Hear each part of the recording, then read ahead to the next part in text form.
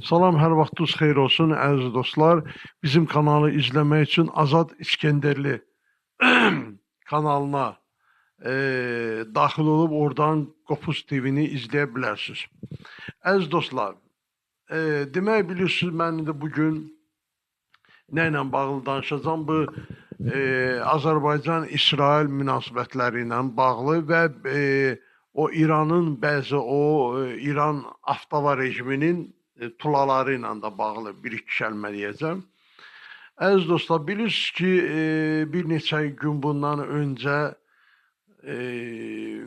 İsrail demək belə qərar verdi ki, daha doğrusu başa çıxartdı bu qondarma erməni soyqırımını tanımaqdan ötürü ki, Osmanlıların o vaxtı, Osmanlı törədi bu vaxtı. Demək, bununla bağlı o qərar verdi və bütün o mollalar, Xomeyninin tulaları hamısı hərə bir tərəfdən başladılar yazmağa, pozmağa ki, gördünüz, bəs nə oldu, İsrail dostumuz idi, filan idi, bəs məkan idi.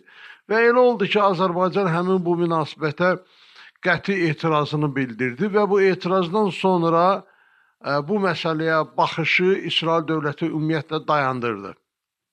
Yəni, Azərbaycanın etirazı imtinaya səbəb oldu. Çox sağ ol İsrailə biz buradan deyirik. İsrailə eşq olsun deyirik. Başqa nə deyə bilərik? Sözümüzü eşitdi, etirazımızı eşitdi. İndi burada bir məsələ var, əziz dostlar. Məsələ odur ki, burada demək, bu nədən ötəri bu məsələ çıxmışdı İsraildə ortaya, bu tanınma məsələsi. Demək, bu da Türkiyədəki bu İsraili qarşı görməməzlik, Türkiyədə İsrailə qarşı nifrət və bütün bunlar illərlə də İsrailə ölüm arzulamaları, İsrailə qarşı çox kəskin şəkildə etiraz mitinqləri, etiraz piketləri və ilaxır.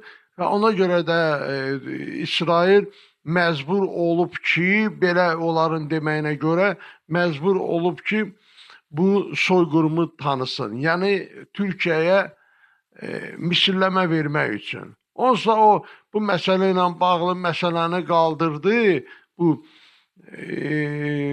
qondarma soyqırımı tanımaq kimi. Onsa heç Ermənistanın baş naziri Paşinyan özü də heç qəbul eləmədi. Bunu qoy, bunu da mötərizədə deyim, yadınızda qalsın.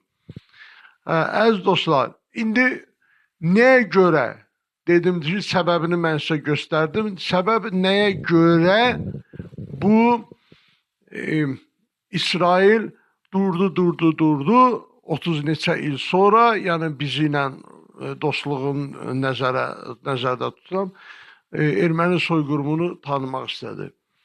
Bəli, ona görə ki, səbəbini dedim. Türkiyənin bu İsrailə ölüm oxumağı, məhvini istəməyi, nə bilim falan filan və ilaxır, yəni bu etiraz məsələlərini. Mən sizə bir şey göstərəcəm epizod. Xahiş edirəm bir də bu epizoda baxın. Baxandan sonra fikrimi davam elətdirəcəm. Buyurun bir baxın. İnsanların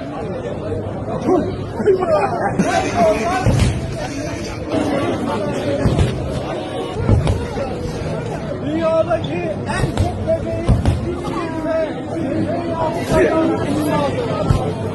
muhtaç etti. Gel vatandaş. Bugün tam birinci gün. Bax, indi görürsünüzmü, əziz dostlar, bu işlər kimə lazımdır? Nəyə lazımdır? Bu biabırçılıqlar, güya ki, siz buna yumruq atdınız, təpi atdınız, bunu nə inirsiniz, nə inirsiniz? Siz elə eləyirsiniz, onlar da bizim prezidentləri elə eləyib təpi atırlar. Nə verir də, bu nə verir, bu sizə nə verir? Buna təpi vurdunuz, şəklini qoymuşsunuz Netanyahunun, nə bilim, balta atırsınız, nə bilim, nə verir də bu sizə? Bir deyin, bilək də, biz də bilək də. Heç bir şey. Bunu bilərəkdən eləyirlər və mən sizə inandırım sizi ki, bu Netanyahu etiraz edənlər, İsrailin ölümünü istəyənlər, hansı ki Türkiyədəkilər var ha, onların 75%, %75'i ümumiyyətlə Türk deyirlər. Bir Türk nə ərəbə, nə farsa atam babam deyə bilməz.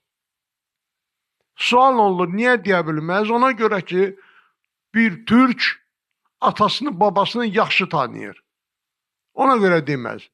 Bunlar %75'i Türk deyirlər ümumiyyətlə. Nə Suriyalı, nə bilim mən, haralı, doluşurlar Türkiyədə oldu. Türkiyənin vəziyyəti nə gündədir ki, hal-hazırda bu dəqiqə. Mənim Türkiyə yazğım gəlir. Türkiyə məhv olub gedib, Türkiyə dindarların əlində, o gic dindarların əlində məhv olub gedib. Yəni, irəliyə də gedə bilmir, artımı da yoxdur. İnkişafı da yoxdur Türkiyənin hal-hazırda. Hamısı bütün bu danqabaşlara görədir. Molla başlar falan filan və ilaxır.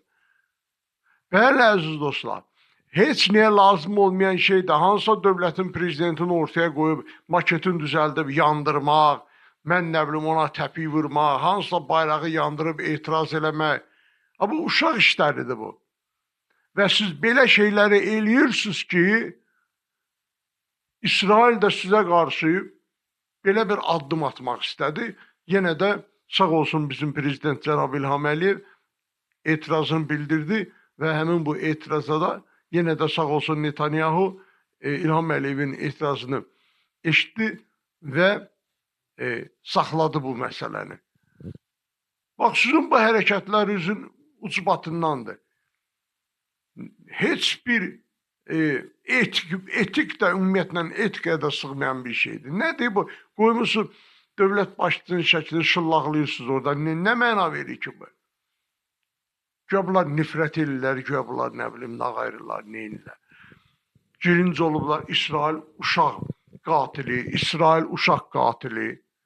Nə uşaq qatili? Bu savaş olanda uşaq da öləcək, böyük də öləcək, hamı öləcək də. Güya İsrail gedir, seçir uşaqları öldürür. Fələstin də nəsə atanda İsraildən də uşaqlar ölür. Belə ümumiyyətlə məntiqsiz, boş-boş şeylər mən baxıram. İndi yazacaqlar mənim videomun altına.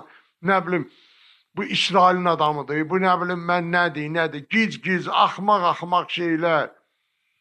Nə oldu İsrail, nə oldu İsrail, nə oldu İsrail, nə İsraili? İsrail oturub orada özü üçün İranla savaş açıb, İranla müharibə eləyir. Bizimkilər düşüb, bir dəfə bir barmağınızı qatdın görə, İsrail oğulları ilə Türk oğulları nə zaman savaşda olub, nə zaman müharibə aparıb, olub mu ümumiyyətlə belə bir şey? Xeyr. Bəs Türkiyədən İsrailə qarşı bu qədər ikrah, nifrət hardandır?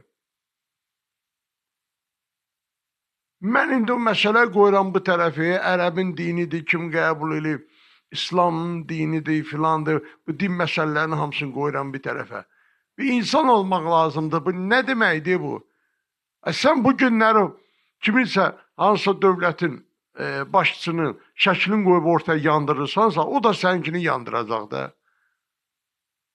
Yəni, çox belə primitiv bir şeylərdir, ona görə də buradan ümumiyyətlə hər kəsə demək istəyirəm ki, bu tip şeyləri yığışdırmaq lazımdır.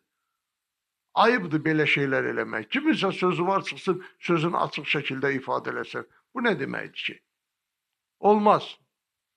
Çox sağ olun, əziz dostlar. Gecəniz xeyrə qalsın. Tanrı Azərbaycanı qorusun, Tanrı Türkü qorusun.